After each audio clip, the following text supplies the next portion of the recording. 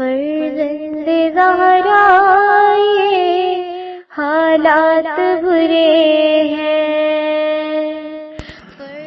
کاشانۂ بصیرت ایک ایسا مکمل یوٹیوب چینل جس پر محروم بصارت کے لیے بالخصوص اور تمام افراد کے لیے بالعموم سینکڑوں کی تعداد میں اسلامی کتب دستیاب ہیں۔ لہذا گزارش ہے کہ آپ اپنی ذمہ داری نبھاتے ہوئے کاشانۂ بصیرت کو سبسکرائب کرنے کے ساتھ ساتھ بیل آئیکن کو پریس کیجیے تاکہ آپ علم کے حصول کے ساتھ ساتھ مذہب اہل بیت کی اشاعت میں بھی اہم کردار ادا کرتے رہیں۔ کاشانۂ بصیرت، کاشانۂ بصیرت، کاشانۂ بصیرت۔ فرزند زہرا یہ حالات برے ہیں۔ السلام علیکم ورحمۃ اللہ وبرکاتہ۔ سامعین، آپ سماعت فرما رہے ہیں توحید مفصل لیکچر نمبر 1، موضوع ہے انسان، اور اس حدیث کا ترجمہ کیا ہے مولانا سید محمد ہارون زنگی پوری صاحب قبلہ نے۔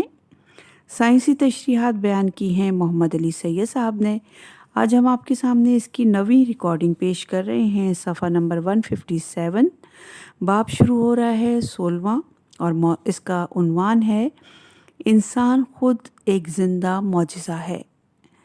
جسم انسانی اللہ تعالیٰ کا ایک زندہ معجزہ ہے، ایک ایسا معجزہ جو ہر شخص کے اپنے وجود کا حصہ ہے۔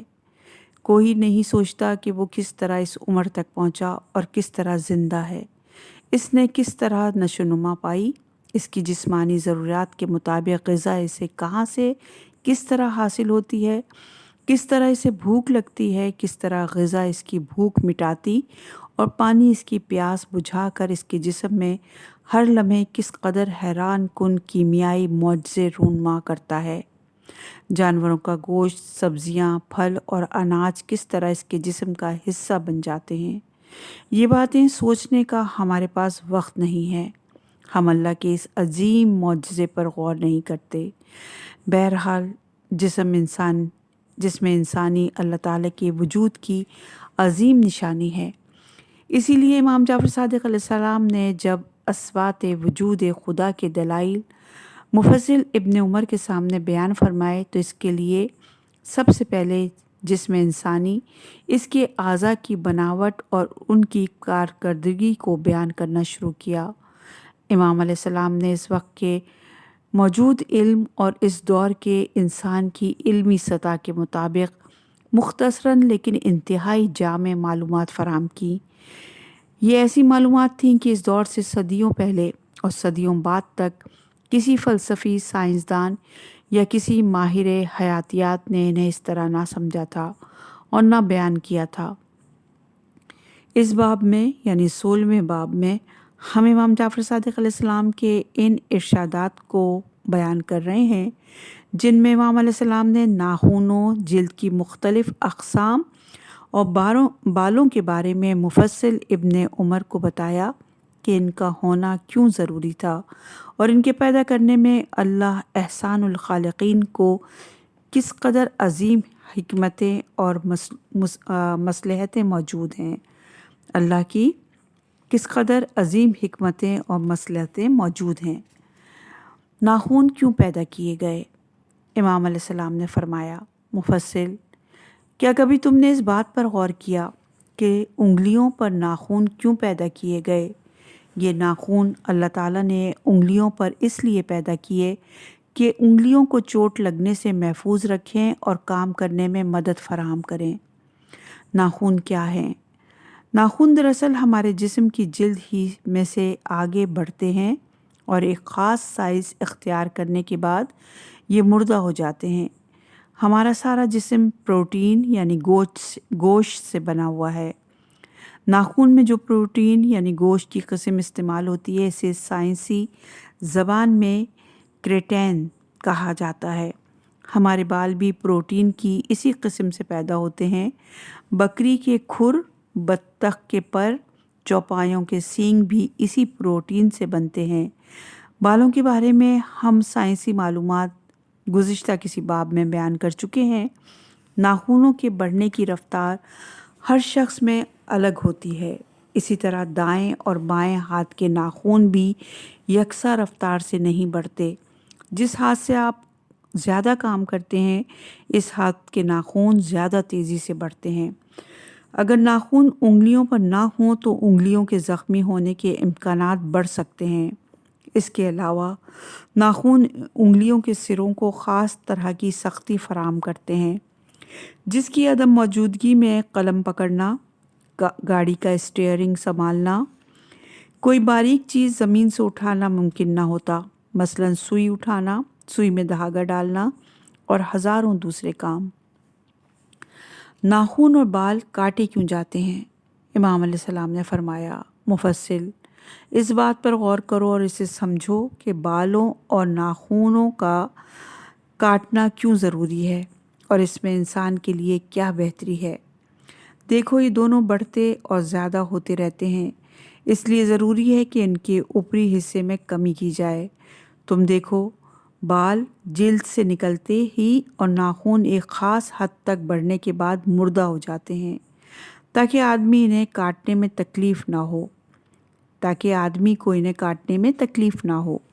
اگر بالوں اور ناخنوں کے کٹنے میں ذرا سی بھی تکلیف ہوا کرتی تو انسان دو طرح کی زحمتوں کے درمیان پھنس جاتا، یا تو وہ انہیں بڑھنے دیتا اور انسان سے زیادہ جانور معلوم ہونے لگتا، اور جب یہ زیادہ بڑھ جایا کرتے تو بڑی زحمتوں میں مبتلا ہو جاتا، یا اگر وہ انہیں کٹوانے کا فیصلہ کر لیتا تو اسے کٹوانے کی تکلیف برداشت کرنی پڑتی۔ مفصل ابن عمر نے عرض کی، آقا یہ بھی تو ہو سکتا تھا کہ اللہ تعالیٰ انہیں ایسا بناتا کہ یہ بڑھا ہی نہیں کرتے کہ انسانوں کو انہیں کٹوانے کی ضرورت پیش آئے۔ کئی امراض بالوں اور ناخنوں کے ذریعے دور ہوتے ہیں۔ امام علیہ السلام نے فرمایا، اللہ تعالیٰ یقیناً ایسا کرنے پر قادر ہے، لیکن ہر کام میں اس کی کچھ مصلحتیں ہیں اور یہ بندوں ہی کے فائدے کے لیے ہیں۔ بندے ان مصلحتوں اور نعمتوں کو نہیں جانتے، اگر جانتے تو اس پر اللہ تعالیٰ کا شکر ادا کیا کرتے۔ مفصل بات دراصل یہ ہے کہ جس میں انسانی کے بہت سے امراض اور تکالیف بالوں کے ذریعے دور ہوتے ہیں جو جلد کے مسامات سے باہر نکلتے ہیں، اور انگلیوں کے امراض ان ناخنوں کے بڑھنے کی وجہ سے دور ہوتے ہیں۔ ہفتے میں ایک مرتبہ بال کٹوانے، نورا لگوانے اور ناخن ترشوانے کا حکم اسی لیے دیا گیا ہے تاکہ بال اور ناخن جلدی نکلیں اور جسم کے اندر موجود بیماریاں، فاسد زہریلے مادے ان کے ذریعے جسم سے خارج ہوتے رہتے ہیں۔ بال اور ناخن جب ضرورت سے زیادہ بڑھ جائیں تو ایسی صورت میں انسان کو بیماریوں اور مشکلات کا سامنا کرنا پڑتا ہے، اور ان کے بڑھنے کی رفتار معلوم سے کم ہو جائے تو ایسی صورت میں بھی طرح طرح کے درد اور امراض پیدا ہو سکتے ہیں۔ بال جسم پر ہر جگہ ایک سے نہیں ہیں، اس بات پر بھی غور کرو مفصل کہ جسم پر موجود بال بھی سب جگہ یکساں نہیں ہیں۔ بعض مقامات کو بالوں سے مبرہ قرار دیا گیا ہے اور اس میں اللہ کی بڑی نعمتیں اور انسان کے لیے بڑے فوائد ہیں۔ مثلاً دیکھو، یہ بال اگر آنکھوں کے اندر بھی نکلا کرتے تو کیا انسان اندھا نہ ہو جاتا؟ جس طرح کے بال داڑھی یا سر پر اگتے ہیں، اسی طرح کے بال اگر منہ میں بھی نکلتے تو کھانے پینے کی لذت ہی ختم ہو جاتی، نہ غذا کا ذائقہ پتہ چلتا، نہ لقمہ حلق تک پہنچتا، نہ پانی کا گھونٹ آسانی سے پیا جاتا۔ ہاتھوں کی جلد اور بال، تم اپنے ہاتھوں کو دیکھو، ہاتھوں کے اوپر اور کسی اور طرح کی جلد ہے جس پر بال موجود ہیں۔ ہتھیلیوں کی طرف سے ہاتھوں کو دیکھو تو یہاں اور طرح کی جلد ہے، یہاں بال یا روئیں کا نام و نشان تک نہیں ہے۔ اگر ہتھیلیوں پر بھی بال ہوتے تو انسان کی قوت لامسہ متاثر نہ ہوتی۔ انسان ہاتھوں ہی کے ذریعے کسی شے کی نرمی، سختی، درجہ حرارت کو وغیرہ کو محسوس کرتے ہیں۔ اگر یہاں بال ہوتے تو انسان کسی شے کو چھو کر اس کے بارے میں کس طرح معلوم کر سکتا تھا؟ بعض مقامات بالوں سے خالی ہیں، اسی طرح کئی اور مقامات ہیں جہاں بال ہوتے تو انسان بہت سی لذتوں اور راحتوں سے محروم ہو جاتا اور اپنے مقاصد حیات میں سے بعض کو حاصل کرنے میں ناکام رہتا۔ تو مفصل دیکھو کیا بے شعور مادے اور علم، عقل اور ارادے اور قدرت سے محروم نیچر ان تمام مصلحتوں کی منصوبہ بندی کر سکتی تھی، ان حکمتوں اور ضرورتوں کو سمجھ سکتی تھی کہ انسان کو کب کہاں کس چیز کی ضرورت پڑے گی۔ اس طرح کے حکیمانہ کاموں کو کیا کوئی عقل رکھنے والا شخص مادے یا طبیعت کی طرف منسوب کر سکتا ہے؟ دوسرے ذی حیات میں بھی ایسا ہی ہے۔ مفصل، یہ جو میں نے بالوں کے مقامات کے حوالے سے تمہیں بتایا تو یہ صرف انسانوں ہی سے مخصوص نہیں ہے، چوپایوں، درندوں اور پرندوں میں بھی تم ایسا ہی پاؤ گے کہ اگرچہ ان کے جسم بالوں یا پروں سے ڈھکے ہوئے ہوتے ہیں، لیکن وہ مقامات جہاں بالوں کا ہونا انہیں ان کی غرض خلقت میں سے ایک بے حد اہم غرض اور غایت سے روکتا، وہاں بال پیدا نہیں کیے گئے۔ انسانوں یا دوسرے ذی حیات میں اپنی نسلوں کو آگے بڑھانا ان کی غرض خلقت میں سے ایک انتہائی اہم غرض، ایک انتہائی ضروری مقصد ہے۔ بدن سے متعلق مشقت اور مفصل، تم نے کہا تھا کہ اگر بال اور ناخن نہ بڑا کرتے اور نہ کٹوانا پڑتے تو کیا تھا؟ تو اس میں ایک حکمت اور مصلحت یہ بھی ہے کہ جہاں آدمی کو اپنے بدن سے متعلق کچھ مشقت اٹھانی پڑتی ہے، ان مشقتوں میں سے ایک یہ بھی قرار دی گئی ہے، اس لیے کہ جتنی دیر وہ اپنے بدن کی صفائی اور بالوں کے دور کرنے میں مصروف رہے گا، اتنی دیر اپنے حرص اور ظلم، تکبر، غرور اور ظلم سے بچا رہے گا۔ بال جسم کے بیرونی حصوں پر ہوتے ہیں۔ بال ہمارے سارے جسم پر پائے جاتے ہیں، لیکن سر، داڑھی اور چند دوسرے مقامات کے یہ بال سارے جسم پر باریک روئیں کی شکل میں ہوتے ہیں اور جلد کے ہم رنگ ہوتے ہیں۔ خواتین کے یہاں یہ رواں جلد کے ہم رنگ بہت باریک اور نادیدہ ہوتا ہے، بعض افراد میں اس کے برعکس بھی ہوتا ہے۔ انسانی جسم پر ان بالوں کی تعداد 30 لاکھ سے زیادہ ہوتی ہے۔ ہر بال کے گرد بہت چھوٹے پٹھے ہوتے ہیں جو ان بالوں کی حرکت کو کنٹرول کرتے ہیں۔ مرد اور عورت دونوں ہی انسان ہیں، لیکن مردوں کی داڑھی نکلتی ہے اور خواتین کے چہرے پر داڑھی کا نام و نشان بھی نہیں ہوتا۔ تو سوال یہ ہے کہ مرد اور عورت میں یہ الگ الگ طرح کے انتظامات کس طرح ممکن ہوئے؟ کیا ایک بے شعور مادے میں یہ صلاحیت ہو سکتی ہے کہ وہ مرد اور عورت کے پیدا ہونے سے پہلے ان کی ضروریات کو جانتا ہو اور پھر اسی کے مطابق مردوں میں ایک الگ طرح کے بال پیدا کرنے کی انتظامات کرے اور خواتین میں دوسرے طرح کے بال پیدا کرنے کا اہتمام کرے؟ پھر یہ مادہ جو خود ابھی وجود ہی میں نہیں آیا تھا، اس کے لیے یہ حیران کن انتظامات کرنا تو کجا، اس میں زمین پر گھاس کا تنکا اگانے کی بھی صلاحیت ہو سکتی ہے؟ یہ سب احمقانہ باتیں ہیں۔ آج سائنس ان سب احمقانہ خیالات کے خلاف ہر روز نت نئے دلائل پیش کر رہی ہے۔ اثبات وجود خدا کے ایسے ثبوت پیش کرنا اور کسی کو سمجھانا شاید گزشتہ ادوار میں اتنا آسان نہیں تھا۔ صفحہ نمبر ہے 165 اور باب شروع ہو رہا ہے 17واں اور عنوان ہے دل کو سینے میں کیوں رکھا گیا۔ امام علیہ السلام نے فرمایا، کیا تم نے غور کیا کہ دل کو سینے میں کیوں رکھا گیا اور کس طرح اسے وہ چادر اڑائی جسے تم جھلی کہتے ہو، اور کس نے اس کی حفاظت کے لیے اسے ایسی جگہ رکھا جو پسلیوں کی ہڈیوں کے حفاظتی حصار میں ہے؟ کس نے گوشت اور پٹھوں کے ذریعے اس کی حفاظت کی جو اس کے اوپر ہیں، تاکہ اس تک کوئی ایسی چیز نہ پہنچے جو اس میں خراش ڈال دے؟ دل اور میڈیکل سائنس۔ دل ہمارے سینے کی مضبوط ہڈیوں پسلیوں کے درمیان ہوا کے ذخیروں یعنی پھیپھڑوں کے درمیان مخصوص قسم کی جھلی کی پٹیوں کی مدد سے لٹکا ہوا ہے۔ اس کے عقب میں ریڑھ کی ہڈی ہے اور اس کے قریب ہی ہمارا جگر موجود ہے۔ دل کا سائز تقریباً ہر انسان کی مٹھی کے برابر ہوتا ہے۔ اس کے اندر 4 چیمبرز ہوتے ہیں اور یہ کسی پمپنگ مشین کی طرح 24 گھنٹے خون کے جسم کے اندر پمپ کرتا رہتا ہے۔ دل کے نصف بالائی حصے میں جسم کا استعمال شدہ گندا خون آ کر جمع ہوتا ہے اور اسی سمت کے دوسرے چیمبر میں چلا جاتا ہے۔